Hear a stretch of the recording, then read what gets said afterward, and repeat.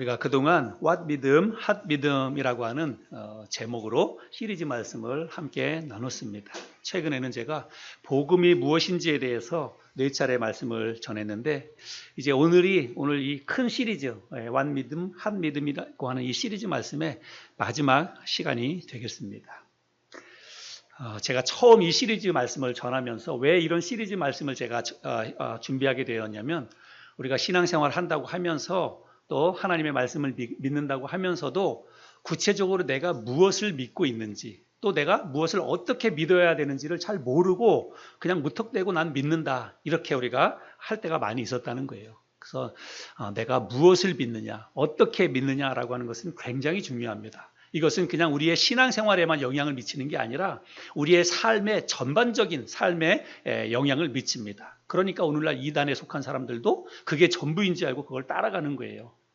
잘못된 믿음에 한번 빠지면 정말 개인도 그렇고 가정도 그렇고 인생이 그걸로 그냥 끝나는 것입니다. 그래서 우리는 내가 무엇을 믿어야 되는지 어떻게 믿어야 되는지 이런 것들을 바르게 알고 믿을 필요가 있다는 것이죠. 오늘은 제가 마지막으로 복음은 영생에 관한 기쁜 소식이다 이런 제목으로 함께 말씀을 좀 나누려고 합니다. 지난주에 우리가 부활에 관한 말씀을 나눴는데 부활도 그렇고 영생도 그렇고 이게 기독교의 가르침 가운데 가장 중요한 핵심 교리 가운데 하나라고 할 수 있습니다. 부활, 영생. 그런데 정작 이 부활과 영생 이 개념은 그 어떤 것보다도 믿기 힘든 그런 개념입니다. 교회에서 믿어야 된다고 하니까 그냥 나도 믿겠다 이렇게 우리가 생각은 하는데 정말 부활과 그리고 영생이 나에게 보장되어 있다. 나는 부활할 것이다. 나는 영원한 생명을 살 것이다. 이렇게 확신 가운데 우리가 그것을 믿음으로 받아들이는 것은 이게 참 쉽지가 않다는 것입니다.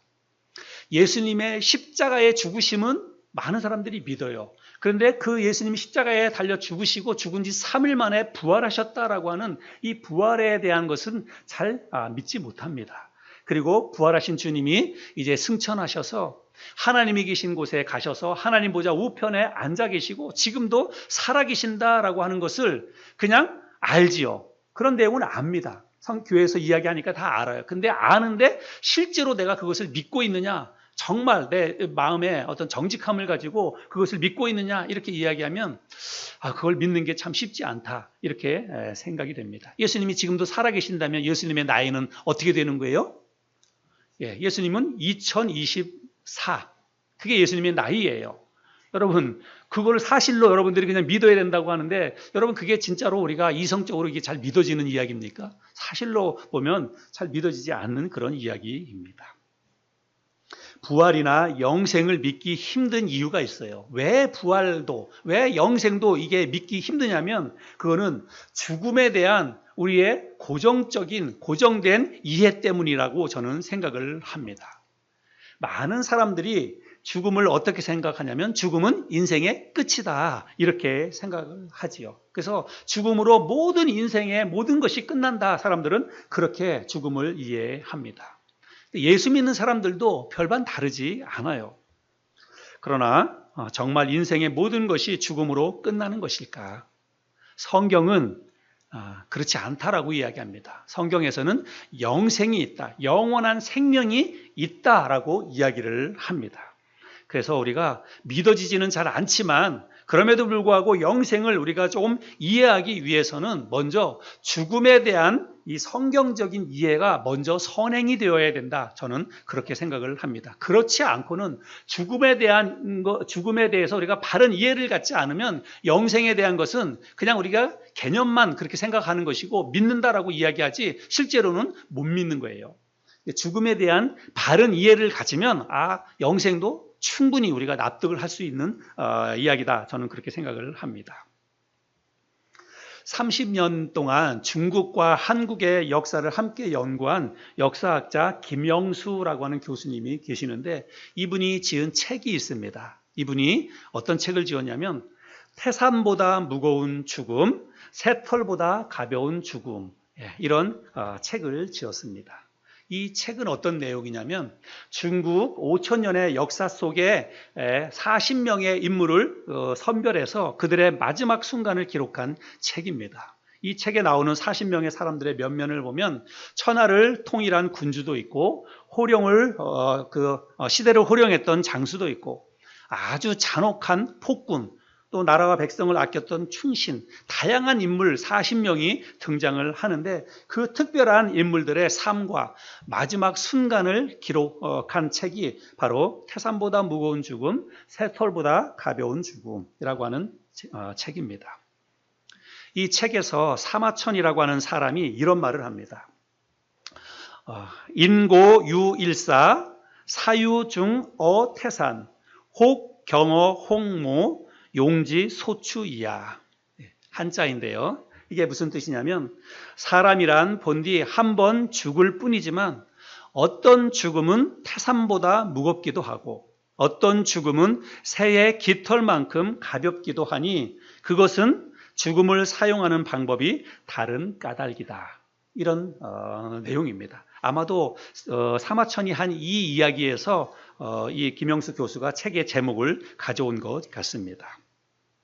이 책에서 뭐라고 얘기하냐면 역사와 후대에 길이 남을 어떤 업적을 남긴 그 사람들의 죽음은 태산보다 무거운 죽음이다. 이렇게 표현을 합니다. 거기에 반해서 별 의미 없이 사람들의 기억 속에 기억되지 않는 그저 그냥 있는지 없는지 모르게 살고 간 그런 사람들의 죽음은 새털보다 가벼운 죽음이다. 이렇게 이 책에서 표현을 합니다. 이런 의미에서 볼 때 저에게도 태산보다 무거운 죽음이 몇 가지 있습니다. 제가 처음으로 저에게 굉장히 충격적인 그런 죽음으로 다가왔던 것은 고등학교 친구의 죽음이었습니다. 저는 강원도 철원에서 고등학교를 다녔는데 저희 그 반은 남녀공학이었습니다. 근데 그 남녀공학의 가운데에서 여학생인데 김미영이라고 하는 지금도 그 이름도 잊혀지지 않고 얼굴도 생생히 기억이 됩니다. 김미영이라고 하는 여학생이 있었어요. 이 여학생은 체격이 좀 있습니다. 좀 뚱뚱하고 그리고 얼굴이 얼마나 복스러운지 몰라요. 그리고 뭐 그 외모나 생김새를 떠나서 성품이 저는 제가 만나본 사람 가운데서 정말 천사 같은 정말 천사같이 마음이 곱고 예뻤던 그런 학생이었습니다. 그래서 학교에서 그 미영이를 안 좋아하는 사람들이 없었어요. 한 번도 화를 내지 않고 항상 웃으면서 이야기하고 모든 사람에 대해서 정말 그렇게 천사 같은 그런 학생이었어요. 그래서 저도 굉장히 좋아했습니다. 뭐 개인적으로 이렇게 좋아하거나 그런 거는 아니었지만 아무튼 너무나 인상이 좋은 그런 친구였습니다. 그렇게 이제 고등학교 3년을 같이 지냈는데 고등학교 지나고 나서 뭐 대학도 가고 또 뭐 군대도 가고 그렇게 이제 뿔뿔이 흩어져서 소식을 몰랐지요. 그래서 저는 군대 갔다가 첫 번 휴가를 맞이해서 첫 휴가를 나왔는데 그 미영이에 대한 소식을 들었어요. 근데 친구를 통해서 소식을 들었는데 이 친구가 백혈병에 걸려가지고 지금 할렐루야 기도원에 가 있다는 거예요. 그래서 제가 첫 휴가 일주일 나왔는데 그 일주일 가운데서 시간을 내서 그 친구를 찾아갔습니다. 다른 친구랑 한 사람 무러무러 막 버스를 몇 번 갈아타고 경기도 포천에 있는 그 할렐루야 기도원에 갔어요. 근데 기도원에 갔더니 아주 작은 방에 혼자 그렇게 있는 것입니다. 예. 그래서 들어가서 이렇게 봤는데 저는 그냥 자세한 그런 뭐 병 상황을 잘 몰랐어요. 근데 가서 이렇게 있는데 눈은 떠서 저를 보고 있는데 이게 눈에 초점이 없는 거예요. 그냥 다른 데를 이렇게 보고 있는 거예요. 그래서 나 현복이 왔다고 그러니까 어떻게 왔냐 그러면서 반갑게 그래서 이제 손을 잡고 막 이야기를 했습니다. 그래서 한참 동안 이런저런 이야기를 많이 했어요. 근데 이 친구가 뭐라 그러냐면 현복아 근데 나는 눈이 잘 안 보여. 그렇게 얘기를 하는 거예요. 얼굴을 나를 보고 있는데 눈이 안 보인다는 거예요. 이미 실명이 된 것입니다. 백혈병이 이제 많이 진행이 돼가지고 벌써 이제 눈 실명이 왔어요. 제가 그때 참 마음이 너무 아팠습니다. 그래서 어쨌든 같이 이런저런 이야기를 하다가 그 친구 손을 잡고 내가 두 번째 휴가 올 때도 꼭 찾아올 테니까 빨리 건강을 회복해서 진짜 건강해서 내가 두 번째 휴가 오면 나 눈으로 꼭 내 얼굴 꼭 좀 봐. 나 군복 입고 있는 모습 멋있으니까 한번 좀 봐. 그렇게 약속을 하고 그리고 왔어요.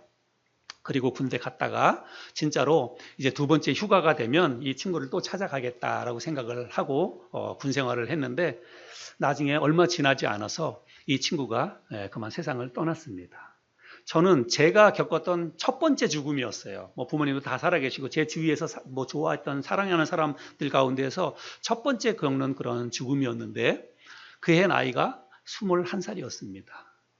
지금도 생각하면 그 친구의 얼굴이 생각이 나고 가슴이 너무 아파요. 그리고 참 이해가 안 됐습니다. 왜 이렇게 착하고 왜 이렇게 마음이 천사 같은 이런 친구가 왜 이렇게 세상을 일찍 떠났을까? 그런 것 때문에 한동안 마음이 너무 많이 괴롭고 아팠습니다. 그리고 다음은 저의 양가 부모님의 죽음이죠. 저희 아버지는 1998년도 12월에 돌아가셨습니다. 건강하셨어요. 건강하셨는데 갑자기 돌아가셨습니다. 그런 병이 있는지도 몰랐는데 갑자기 돌아가셨어요. 제가 전도사로 근무하고 있는데 갑자기 전화를 받고 아버님이 위독하시다라고 하는 이야기를 받고 부랴부랴 누님들과 함께 강원도 철원으로 차를 가지고 강원도 철원으로 막 가고 있었는데 사실은 저희 아버님이 12월 달에 추울 때 돌아가셨는데 이제 추운 겨울에는 뭐 할 일이 없잖아요. 시골에서. 그러니까 이제 읍내 그 마을에 이제 읍내 좀 큰 노인정에 가는데 읍내 노인정 문 열기 전에 읍내 다방에 가서 커피 한 잔을 마시고 노인들과 함께 이런저런 얘기하다가 이제 노인정에 가려고 그랬는데 다방에 가셔서 커피 한 잔을 시켜놓고 그 커피를 다 드시지도 못하고 돌아가셨다는 거예요. 제가 너무너무 가슴이 너무 아팠습니다. 저는 막내로 자랐기 때문에 아버님에 대해서도 너무 좋은 인상을 가지고 있는데 아버님이 그렇게 갑자기 돌아가셨어요. 나중에 알았는데 심근경색이 저희 아버님에게 있으셨습니다. 그래서 심근경색으로 갑자기 그렇게 돌아가셨어요. 시골 집에 도착을 했는데 거실에 병풍이 쳐져 있고 병풍 뒤에 아버님을 이렇게 모셔놓았습니다. 지금도 그 느낌을 잊을 수가 없어요. 저희 아버님 얼굴은 정말 주무시는 것처럼 그냥 가만히 누워 계시니까 주무시는 것 같았는데 손을 만져봤는데 그 두꺼운 손이 너무 차가운 거예요. 손이 너무 차가웠어요. 그리고 아버님의 얼굴을 이렇게 만졌더니 얼굴도 너무 차가운 것입니다. 그 차가운 느낌을 지금도 잊을 수가 없습니다. 저에게는 정말 태산보다 무거운 그런 죽음이었습니다. 저희 어머님도 저희 장모님도 코로나 때 돌아가셨습니다. 코로나에 감염이 돼서 돌아가신 것은 아니었지만 어쨌든 그 기간에 저희 어머님도 그렇고 저희 장모님도 그렇고 두 분 다 코로나 기간 동안에 1년 터울을 두고 돌아가셨습니다. 저희 어머님은 막내 누님이 시골에 내려가셔서 마지막에 모시고 계셨는데 모시고 계시다가 이제는 집에서 모시기가 힘들어서 요양원에 조금 모셨고 요양원에 몇 달 계시다가 그렇게 이제 마지막에 요양원에서 이제 위급한 상황이 와서 의정부 성모병원으로 옮기고 그리고 의정부 성모병원에서 이제 돌아가셨습니다. 그래서 돌아가실 것 같다 이런 이야기를 받고 또 병원으로 가는 중에 이제 돌아가셨어요. 그래서 병원에 도착했는데 그때는 코로나이기 때문에 병원에 들어갈 수가 없습니다. 그래서 아무도 이제 들어갈 수가 없는데 돌아가신 분이 누군지는 가족 중에 누군가가 확인을 해야 되기 때문에 한 사람만 들어오라는 것입니다. 그래서 제가 누님들하고 같이 갔다가 제가 대표로 가족 대표로 제가 병실에 들어갔어요. 병실에 들어갔는데 그냥 일반 병실이었습니다. 일반 병실 여러 명이 있는 그런 병실인데 저희 어머님이 계시는 데는 비닐막이 쳐져 있었습니다.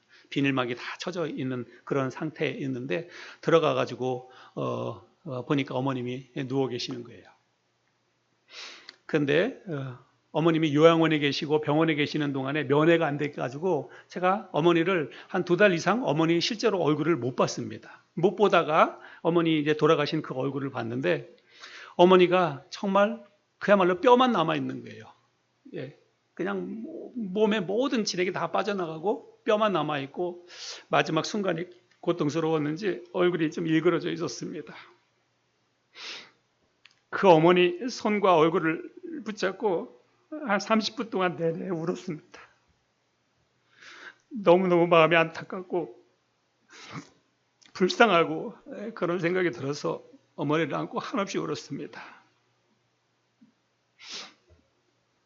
저희 장모님도 암으로 마지막에 고통을 당하다가 마지막에 힘들게 돌아가셨는데 저희 집에서 한 달 정도 돌아가시기 전에 저희 집에 오셔서 계셨습니다. 저도 그렇고 아내도 그렇고 바쁘게 일어나냐고 마지막 잘 돌봐드리지 못했지만 어쨌든 저희 집에서 한 달 정도 계시는 동안에 너무너무 통증 때문에 괴로워하셨습니다. 암으로 인해서.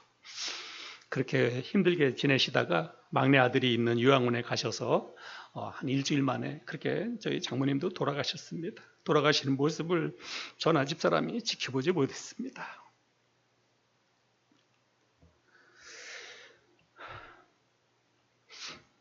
부모님의 죽음은 가슴에 깊이 태산보다 무겁게 새겨져 있습니다.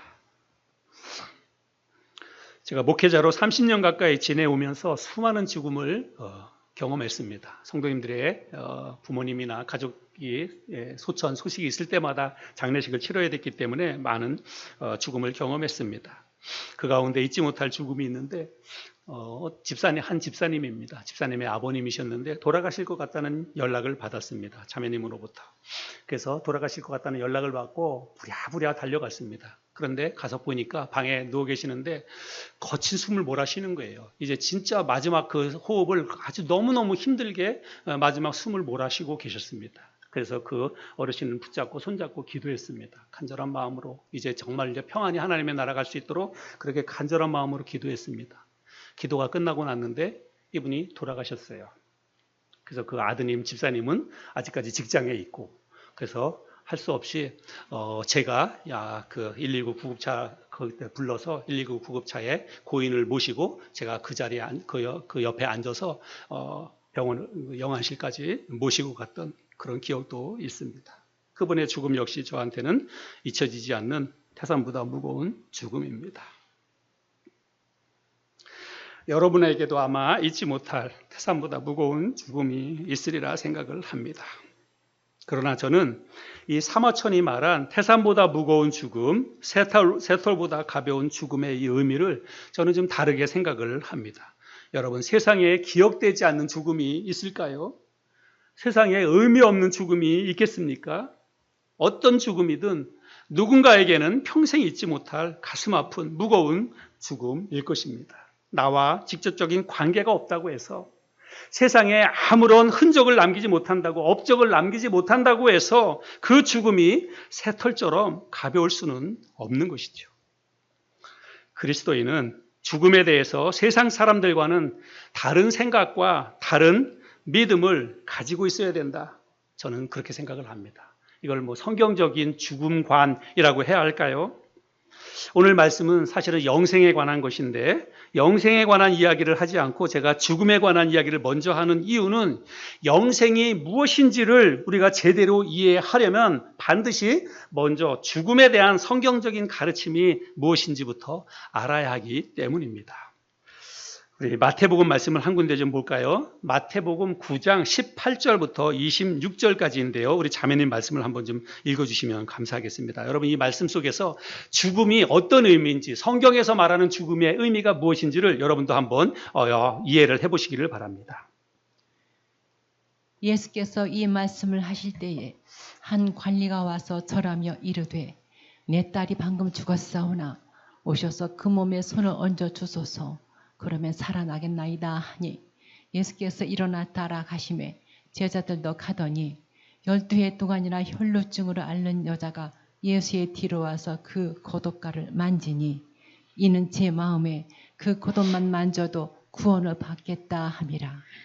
예수께서 돌이켜 그를 보시며 이르시되 딸아 안심하라 네 믿음이 너를 구원하였다 하시니 여자가 그 즉시 구원을 받으리라. 예수께서 그 관리의 집에 가사 피리 부는 자들과 떠드는 무리를 보시고 이르시되 물러가라 이 소녀가 죽은 것이 아니라 잔다 하시니 그들이 비웃더라. 무리를 내보낸 후에 예수께서 들어가사 소녀의 손을 잡으심에 일어나는지라. 그 소문이 그 온 땅에 퍼지더라. 우리가 잘 아는 회당장 야이로의 그 딸 이야기입니다. 회당장 야이로의 딸이 죽었습니다. 그래서 이제 예수님께서 그 죽은 딸에게로 가면서 하는 이야기인데, 그 중간에는 잠깐 있었던 것은 혈루증 앓는 여인이 예수님의 옷에 손을 댄 사건은 잠깐의 삽입처럼 들어가 있는 한 사건입니다. 예수님은 죽은 이 소녀를 살리러 가는 중에도 또 어떤 여인의 그 질병을 낫게 하는 그 사건도 기록되어져 있습니다. 근데 예수님께서 죽은 소녀를 보시고 뭐라고 얘기하냐면 죽은 게 아니라 잔다라고 말씀하셨다는 것입니다. 우리가 잘 아는 것처럼 우리 죽은 나사로를 살리신 사건에 대해서도 우리가 잘 알죠. 평소에 이 나사로는 예수님께서 친분이 있던 그런 가정입니다. 마리아와 마르다 가정의 누이 동생이었던 이 나사로가 병들어 죽게 되었죠. 그런데 나사로가 병들어 죽게 되었다는 이 이야기를 들었을 때에 예수님께서 제자들과 나눈 대화의 내용이 있어요. 여러분 어떤 대화를 나눴는지 요한복음 11장입니다. 요한복음 11장 9절부터 14절인데 제가 한번 읽어볼까요?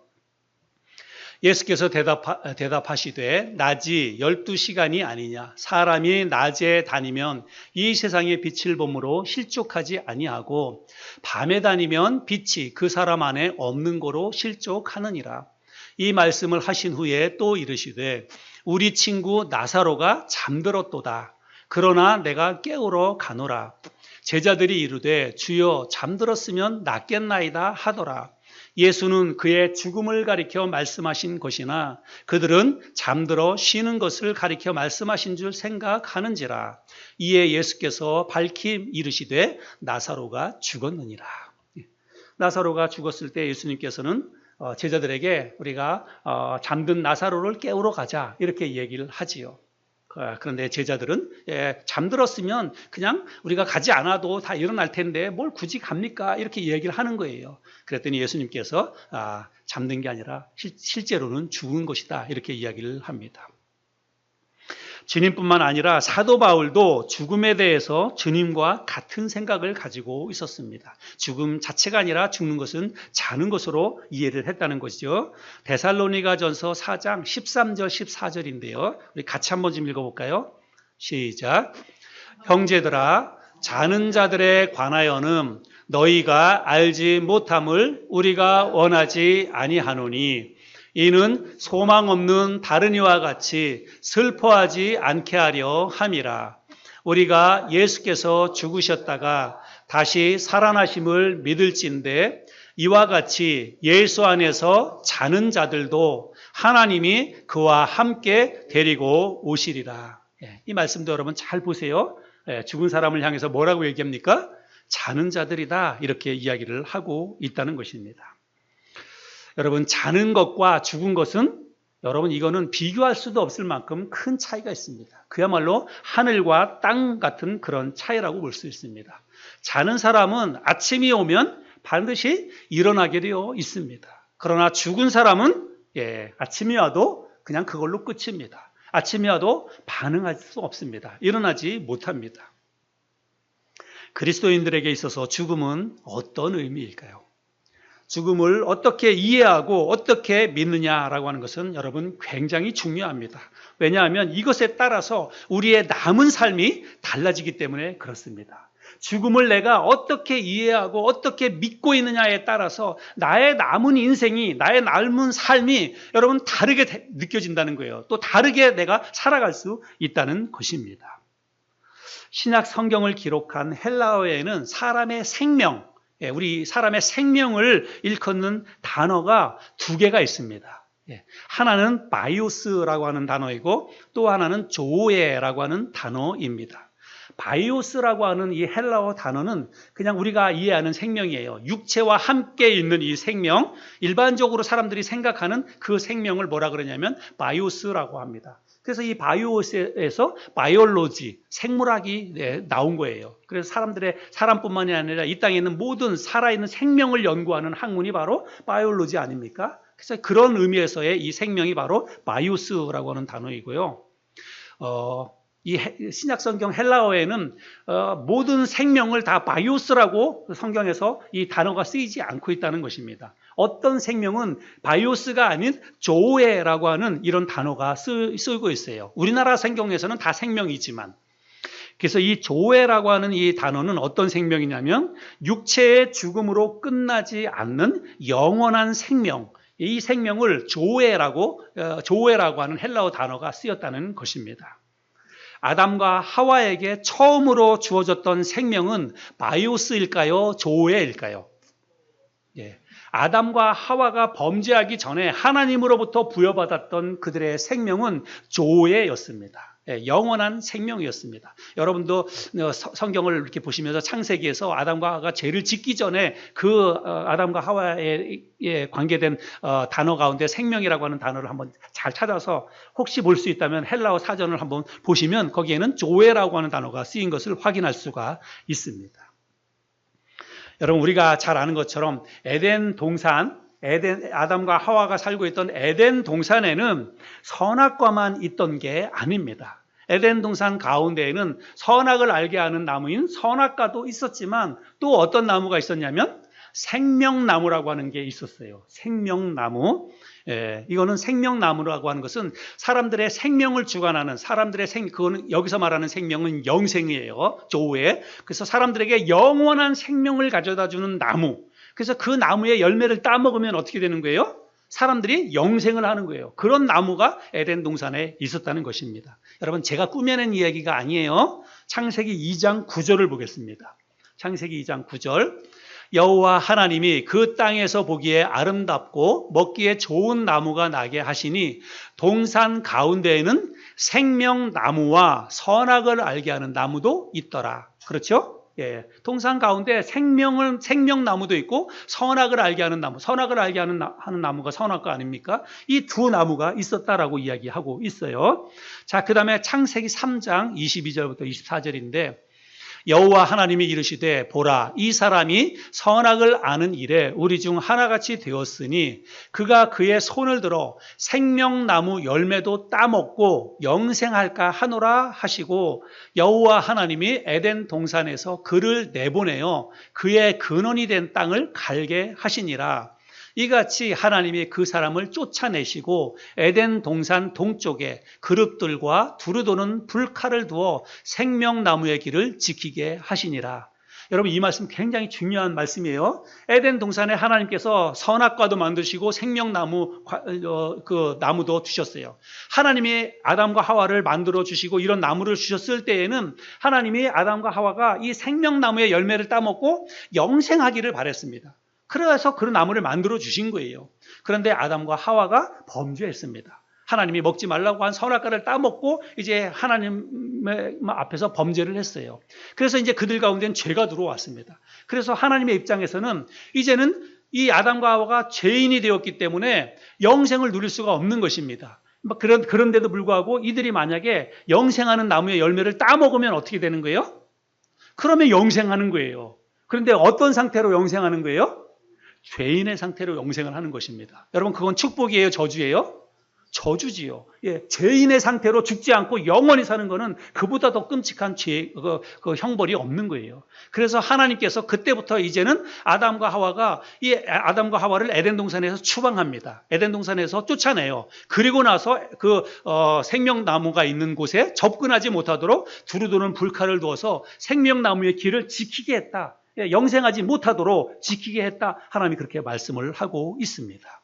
그래서 이제는 처음에 아담과 하와가 부여받았던 생명은 조의 영생이었지만 범죄함으로 인해서 이 범죄는 그들이 선택한 거예요. 자기들이 선택한 것입니다. 하나님이 주신 영원한 생명을 버리고 이제 한시적인 어떤 한계가 있는 생명인 바이오스를 그들이 선택을 했다는 것입니다. 그래서 그들의 이제 그 어떤 생명이 영원한 생명에서 한시적인 한계가 있는 그런 바이오스의 생명으로 그들이 전락하고 말았다는 것입니다.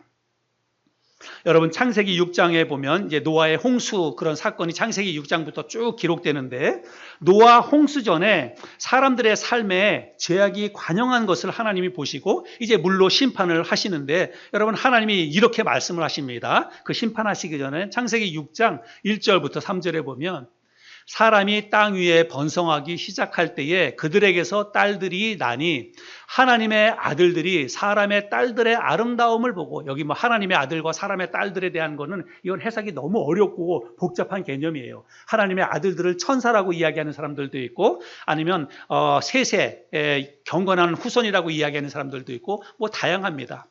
그래서 지금 이 시간에 제가 그거를 설명하기는 어려운데 하나님의 어쨌든 그 당시에 이제 아담과 하와를 통해서 많은 자손들이 생겨났어요. 많은 사람들이 생겨났는데 그 많은 사람들이 생각하는 게 다 죄예요. 그리고 죄악들을 많이 범하는 것입니다. 그래서 죄악이 세상에 아주 가득 넘쳐나는 거예요.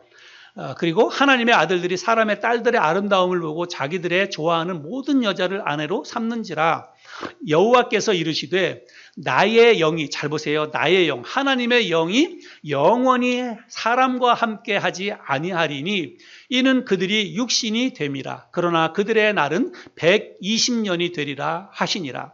하나님의 영이 사람들과 함께 하지 아니했다. 그래서 그들의 그 생명이 120년이 되었다. 이렇게 말하고 있습니다. 여러분, 영원한 생명이라고 하는 것은 어떤 생명이냐면 하나님의 영이 함께하는 생명이 바로 영원한 생명입니다. 처음에 아담과 하와를 만들었을 때에는 하나님이 그들과 교제하기 위해서 에덴 동산을 만들어 주셨어요. 그래서 그때는 하나님의 영이 아담과 하와와 함께 했습니다. 하나님의 영이 그들과 함께 했어요. 그래서 그들에게는 영원한 생명, 조회가 있었던 것입니다. 그런데 그들이 범죄하는 그 순간에 그들의 입장에서는, 아담과 하와의 입장에서는 이제 죄를 범한 것이지만 하나님의 입장에서는 어떻게 된 거냐면 아담과 하와가 죄를 지었을 때 하나님의 영이 그들에게서 떠난 거예요. 하나님의 영이 아담과 하와에게서 떠난 것입니다. 그래서 하나님의 영이 떠났기 때문에 그들의 생명이 이제는 영원한 생명에서 육신적인 생명으로 전락을 하고 말았다는 것입니다. 이 노아의 홍수 때도 그런 거예요. 하나님이 가만히 보니까 사람들이 죄악이 너무 많은 거예요. 그래서 하나님께서 그들의 죄악을 심판하시면서 하나님의 영이 그들과 함께하지 않았다는 것입니다. 그래서 그들의 사람의 생명이 120년으로 이제는 정해지게 되었다는 것입니다. 여러분, 요즘 인간의 수명이 많이 늘어났지요. 과학기술이 발달하고 의술이 발달해서 사람의 수명이 많이 늘어났습니다. 옛날에 비하면, 옛날 같으면 다 그래서 60에 뭐 한갑잔치를 떠들썩하게 한 이유가 오래 못 사니까 그런 거 아니었어요. 그랬잖아요. 그죠? 근데 요즘 60에 누가 한갑잔치 합니까? 요즘은 60부터 인생이 시작된다고 이야기하잖아요. 그렇죠? 예. 그런데 그럼에도 불구하고 여러분, 사람의 생명이, 인간의 수명이 늘어나서 100세 시대가 되긴 했지만 결국 인간은 120년 안에 모두 죽음을 맞이하게 될 것입니다. 하나님이 그렇게 정해 놓으신 거예요. 사람의 생명을 하나님이 120년으로 하나님이 정해 놓으신 것입니다. 이것이 모든 인간에게 주어진 운명적인 죽음입니다. 히브리서 9장 27절에 한 번 죽는 것은 사람에게 정하신 것이다. 누가 정했습니까? 사람을 창조하신 하나님이 정하신 거예요. 한 번 죽는 것으로, 이 육체의 죽음에 대해서 하나님이. 왜냐하면 사람들의 영혼이 하나님을 떠났기 때문에, 하나님이 떠난 거죠. 죄를 범했기 때문에. 그러나 이것이 끝일까요? 이 육체의 죽음으로 인간의 모든 삶이 끝나는 것일까요? 성경의 대답은 단호하게 no라고 이야기합니다. 우리 인간이 120년을 살고 뭐 다 산다고 해도 120년을 살고 언젠가 한 번은 모든 사람이 다 죽게 되어 있습니다. 안 죽는 사람이 없어요. 모든 인간은 다 죽습니다. 그러나 그 죽음으로 우리의 인간의 삶이 완전히 끝나는 것인가? 죽어서 그냥 땅속에 묻으면 그러면 그 사람의 인생이 다 끝나는 것인가? 성경은 아니다라고 이야기를 한다는 것입니다. 성경에는 또 다른 삶이 있다고 이야기합니다. 그리고 그 또 다른 삶이 바로 영생이라고 이야기를 하고 있습니다. 그게 바로 우리가 오늘 살펴보았던 조에입니다. 조에, 이게 헬라어 단어로 조에인데 조의 영생입니다. 이것은 첫사람인 아담과 하와에게 처음에 주어졌던 생명이고 하나님의 영이 함께하는 그런 생명입니다. 그래서 하나님이 함께했던 그 시절에는 아담과 하와도 영원한 생명을 누리고 있었다는 것입니다. 그런데 아담과 하와가 범죄함으로 말미암아서 하나님의 영이 그들을 떠남으로 인해서 그들은 영생을 상실하게 되었습니다. 그리고 이제 그들에게 남겨진 생명은 바이오스, 육체적인 그런 생명일 뿐이었다는 것이죠. 한계가 정해져 있는. 그런데 아담과 하와뿐만이 아니라 그의 후손으로 태어난 이 땅에 있는 모든 인간 역시 영생을 상실한 채 태어납니다. 우리는 영생을 상실한 채 이 땅에 태어납니다. 육체적으로는 그렇다는 것입니다. 육체적으로. 그런데 하나님이 이 땅에 있는 모든 인간에게 영생의 길을 다시 열어주셨습니다. 영생의 길이 그 아담과 하와가 범죄함으로 인해서 영생의 그 길이 끊어졌는데 영원히 살 수 있는 그 방법과 그 길이 단절되었는데 하나님께서 그 길을 다시 열어주셨다는 거예요. 누구를 통해서? 예수 그리스도를 통해서 다시 열어주셨다는 사실입니다. 여러분 제가 말씀드렸잖아요. 영생이 뭐냐면 영생은 하나님의 영이 함께하는 생명, 하나님의 영이 함께하는 생명이 영생이라고 제가 말씀을 드렸잖아요. 그래서 누구든지 하나님의 영이 머물면, 하나님의 영이 함께하면 그런 사람은 영원한 생명을 소유한 사람이고 그런 사람은 영원한 생명을 누리는 것입니다. 하나님의 영이 함께하기 때문에, 하나님의 영이 떠나지 않으면 그런 사람은 영원한 생명을 사는 것입니다. 그러면 여러분 어떻게 하면 우리가 이 하나님의 영이 우리와 함께하는지, 하나님의 영이 우리 안에 들어오셔서 하나님의 영이 우리와 함께 하시면, 한번 하나님의 영이 들어오면 하나님의 영이 떠나지 않아요. 그래서 하나님의 영이 우리 안에 들어오셔야 되는데, 여러분 우리 안에 하나님의 영이 어떻게 하나님의 영이 들어옵니까? 언제 하나님의 영이 들어옵니까? 우리가 예수 그리스도를 내 개인의 구세주로 믿고 받아들일 때 하나님의 영이 우리 안에 들어옵니다. 여러분 이건 너무 놀라운 사실이에요. 여러분 우리가 이거를 정확하게 이해하고 알아야 됩니다. 여러분 이게 복음이거든요. 복음이 뭐냐면 하나님의 영이신 성령이 우리 안에 들어오신다는 거예요. 하나님의 성령이 우리 안에 들어오신다는 사실입니다. 여러분 이거는 그냥 제가 하는 이야기가 아니라 우리가 이 땅에 있는 모든 사람들에게 그 영생의 길을 하나님이 마련해 주셨는데, 그 하나님이 마련해 주신 영생의 길은 누구든지 하나님의 성령이 그 안에 들어올 때 그 성령을 마음속에 받아들여야 되는 것입니다. 예수 그리스도를 믿고 받아들일 때 하나님께서 그 구원에 대한 보증으로 우리 안에 성령을 주신다는 거예요. 우리가 어떤 사람들과의 관계에서, 은행에서 거래하거나 그럴 때 우리가 돈을 빌려주거나 그러면 반드시 돈을 빌려주거나 그럴 때 뭘 해야 되냐면 차용증을 쓰거나 영수증을 받거나 그러잖아요. 왜냐하면 그게 보증이 되니까, 내가 이 사람한테 얼마를 받았다, 얼마를 빌려줬다라고 하는 보증이 되기 때문에 그 영수증이나 이런 게 반드시 필요한 거예요. 그거 안 하면 나중에 낭패를 당하잖아요. 근데 내가 예수 믿었다, 내가 예수 그리스도를 믿겠습니다 해서 예수님 내 안에 들어오세요 해서 내가 이제부터는 예수님을 믿겠습니다라고 할 때 하나님의 입장에서 볼 때, 그래, 네가 이제 내 아들 예수 그리스도를 믿었구나, 네가 예수 믿는 그리스도인이 됐구나라고 하는 것을 하나님이 보증서를 써준다는 거예요. 틀림없이 네가 예수 믿는 사람이구나라고 하는 것을 보증해 주기 위해서 보증서를 하나님이 써준다는 것입니다. 그 보증서가 뭐냐면 바로 성령이에요. 그게 성경에 기록되어져 있습니다. 구원의 보증으로 우리 안에 성령을 보내주신다는 내용인데요. 한번 보겠습니다. 고린도 후서 1장입니다. 우리를 너희와 함께 그리스도 안에서 굳건하게 하시고 우리에게 기름을 부으신 이는 하나님이시니, 자, 그 다음에 잘 보세요. 그가 또한 우리에게 인치시고, 여러분 인친다는 말이 뭐예요? 도장을 찍는다는 말이거든요. 도장을 찍는다는 게 인친다는 말이에요. 무슨 도장이냐면 하나님이 너 내 아들이다, 너 날 믿었으니까 내 아들이다, 그리스도인이다라고 하는 하나님이 도장을 꽝 찍는 거예요. 언제? 내가 예수 그리스도를 마음속에 믿고 받아들일 때, 결단할 때 하나님이 도장을 찍는 거예요. 인쳐주시는 거예요. 그리고 나서 뭘 하냐면 보증으로 우리 마음에 뭘 주신다고요? 성령을 주시느니라. 여러분 아멘 하시기 바랍니다. 예, 여러분 이게 얼마나 감사한 말씀인지 몰라요. 내가 예수 그리스도를 믿고 받아들일 때 하나님께서 구원의 보증으로 우리에게 도장을 찍고 우리 안에 성령을 보증으로 보내주신다라고 말씀하고 있습니다. 자, 이 말씀을 제가 세번역 성경으로도 한번 읽어보겠습니다. 우리를 여러분과 함께 그리스도 안에 튼튼히 서게 하시고 또 우리에게 사명을 맡기신 분은 하나님이십니다. 하나님께서는 또한 우리를 자기의 것이라는 표로 인을 치시고 그 보증으로 우리 마음에 성령을 주셨습니다. 그래서 여러분이 정말로 예수 그리스도를 개인의 구세주로 믿고 받아들인 적이 분명히 있다면 여러분이 언젠가 난 이제부터 예수님 믿겠어요. 예수님 내 안에 들어오세요. 예수님이 나의 죄를 위해서 십자가에 달려 죽으신 것을 내가 분명히 마음속에 믿고 받아들이겠습니다. 라고 하고 마음속에 예수님을 믿은 사실이 분명히 있다면 여러분은 여러분 안에 성령님이 계시다는 사실을 여러분 확신하시기 바랍니다. 여러분 하나님의 말씀이 이거를 보증하고 있지 않습니까? 그래서 여러분 안에 성령이 계신다는 거예요. 자, 또 확인해 보겠습니다. 고린도후서 5장 1절부터 5절인데요. 이번에는 우리 자매님 한번 좀 말씀 읽어주실까요? 고린도후서 5장 1절부터 5절.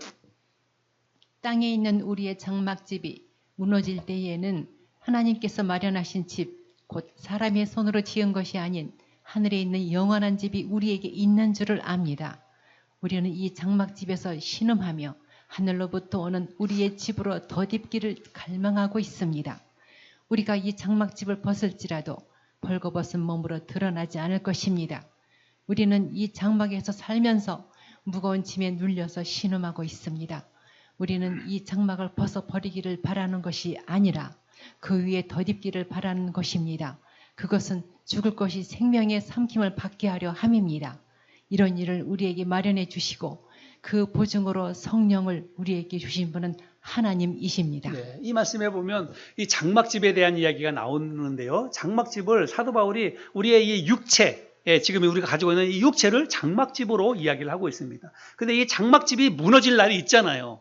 장막집이 무너질 날이 있습니다. 그런데 이 장막집이 무너지면 사람의 손으로 짓지 아니한 하늘에 속한 신령한 집이 있는 줄 믿는다라고 이야기를 하고 있습니다. 그리고 그것을 마련해 주신 하나님이 그 마련해 주신 것에 대한 보증으로 우리에게 성령을 주셨다. 이렇게 말씀하고 있어요. 자, 그 다음에도 또 보겠습니다. 고린도전서 3장 16절인데 너희는 너희가 하나님의 성전인 것과 하나님의 성령이 너희 안에 계시는 것을 알지 못하느냐. 여러분, 예수 믿는 사람들 안에는 뭐가 있어요? 성령이 계시는 거예요. 하나님의 영이 우리 안에 계시는 것입니다. 예수를 믿을 때 하나님이 우리 안에 성령을 보내주시는 것입니다. 또 세번역 성경에서도 볼게요. 여러분은 여러분이 하나님의 성전이요 하나님의 성령이 여러분 가운데 계시다는 것을 모르십니까? 여러분 예수 믿는 모든 사람들은요 이 사실을 확신해야 됩니다. 내 안에 누가 있어요? 하나님의 성령이 계시는 거예요. 내가 예수 그리스도를 믿고 받아들일 때 하나님께서 구원의 보증으로 거룩한 하나님의 영인 성령을 우리 안에 보내주시는 것입니다. 그래서 그 하나님의 성령은 우리 안에 들어오시면 나가지 않아요. 계속해서 우리 안에 함께 거하시는 것입니다. 에베소서 1장 13절 한 구절 더 보겠습니다. 여러분도 그리스도 안에서 진리의 말씀 곧 여러분을 구원하는 복음을 듣고 그리스도를 믿었으므로 약속하신 성령의 인치심을 받았습니다.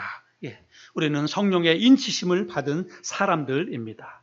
여러분 성령은 내가 저기 산꼭대기 가가지고 소나무 뿌리 붙잡고 막 기도한다고 해서 갑자기 성령이 임하는 게 아니에요.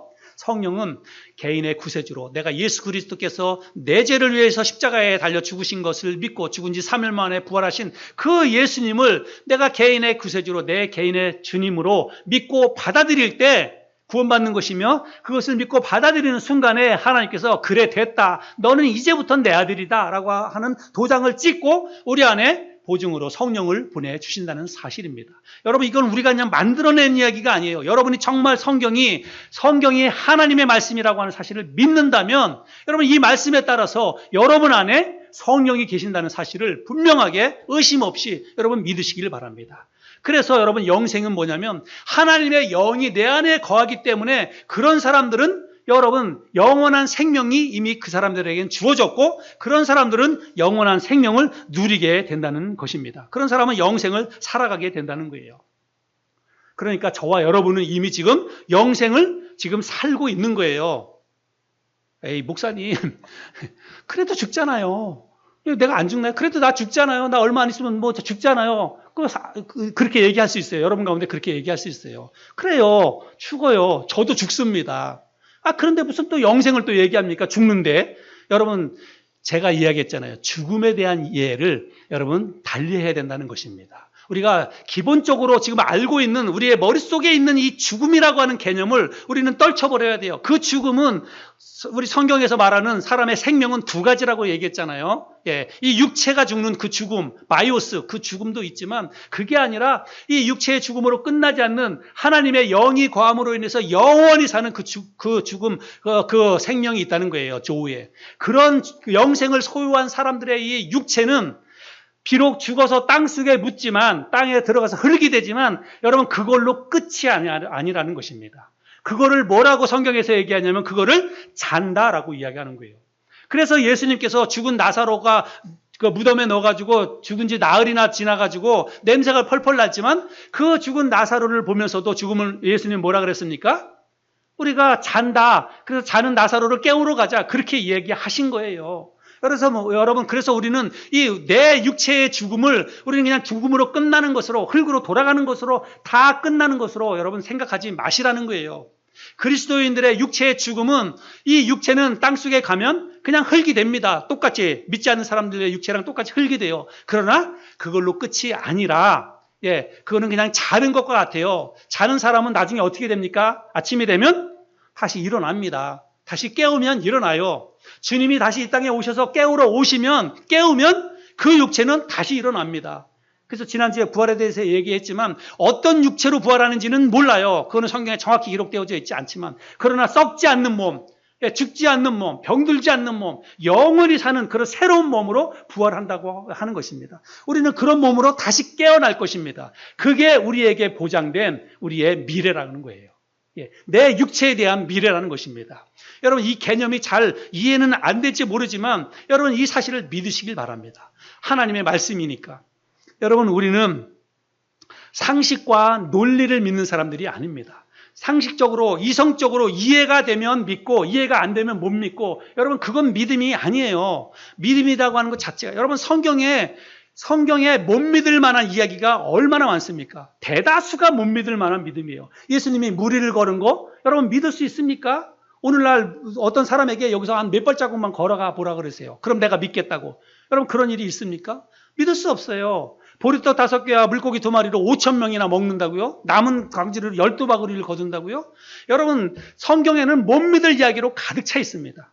이스라엘 백성들이 홍해 바다가 쫙 갈라져가지고 마른 땅을 밟고 건너갔다고요? 그거를 내 이성으로 논리로 상식으로 합리적인 생각으로 어떻게 믿을 수 있습니까? 그럼에도 불구하고 우리가 그것을 믿을 수 있는 것은 이게 하나님의 말씀이기 때문에. 그래서 여러분 우리가 신앙생활 열심히 잘할 수 있지만 성경이 하나님의 말씀이라고 하는 사실을 믿지 못하면 그 사람의 믿음은 다 가짜예요. 다 가짜입니다. 그거는 그 사람의 신앙생활은 그냥 종교생활입니다. 종교행위예요. 성경을 믿으시기 바랍니다. 성경이 하나님의 말씀인 사실을 믿어야 돼요. 이거를 믿어야만 이 안에 기록된 모든 내용들이 다 믿어지는 것입니다. 성경이 하나님의 사실인 것을 철석같이 믿으면 여러분 그 어떤 사실도 못 믿을 게 없어요. 이 안에 기록되어 있는 모든 사실도 다 믿을 수가 있게 되는 것입니다. 땅속에 묻힌 우리의 육체는 죽은 게 아니라 자는 것입니다. 언젠가 반드시 주님이 자는 육체를 깨울 날이 반드시 올 거예요. 호령과 천사장의 소리와 나팔로 주님께서 구름을 타고 이 땅에 오시면서 큰 소리를 외칠 때 그리스도 안에서 자고 있는 모든 육체가 무덤을 깨고 다 일어날 날이 반드시 올 것입니다. 그 육체가 일어나서 공중으로 휘옷 입고 다 들림받아서 공중에서 주님을 만나고 공중에서 7년 동안 혼인잔치를 하게 될 날이 우리에게 보장된 약속된 미래라는 사실입니다. 이 사실을 여러분 믿으시기를 바랍니다. 우리의 육체적인 죽음에도 슬픔과 고통이 있지요.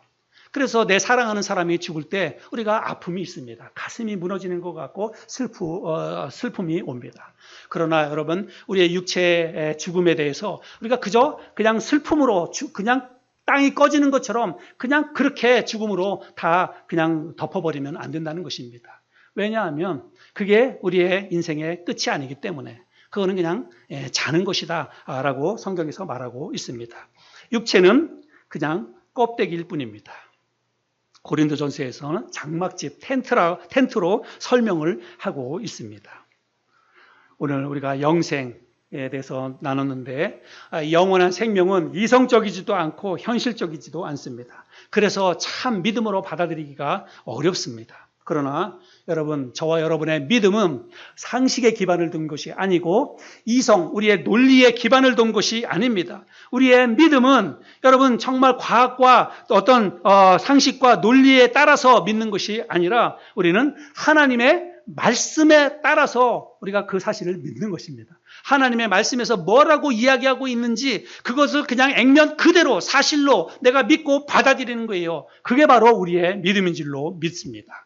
오늘 우리가 말씀을 나눴는데 우리 마지막으로 오늘 나눈 말씀 요한일서 5장 11절부터 13절 여러분 우리가 이 말씀을 한번 읽겠습니다. 그리고 읽을 때 여러분 내가 이 사실을 분명히 내 마음속에 믿겠습니다 라고 하는 마음의 다짐을 가지고 여러분 이 말씀을 한번 읽어보시길 바랍니다. 같이 읽겠습니다. 시작. 또 증거는 이것이니 하나님이 우리에게 영생을 주신 것과 이 생명이 그의 아들 안에 있는 그것이니라. 아들이 있는 자에게는 생명이 있고 하나님의 아들이 없는 자에게는 생명이 없느니라. 내가 하나님의 아들의 이름을 믿는 너희에게 이것을 쓰는 것은 너희로 하여금 너희에게 영생이 있음을 알게 하려 함이라. 아멘.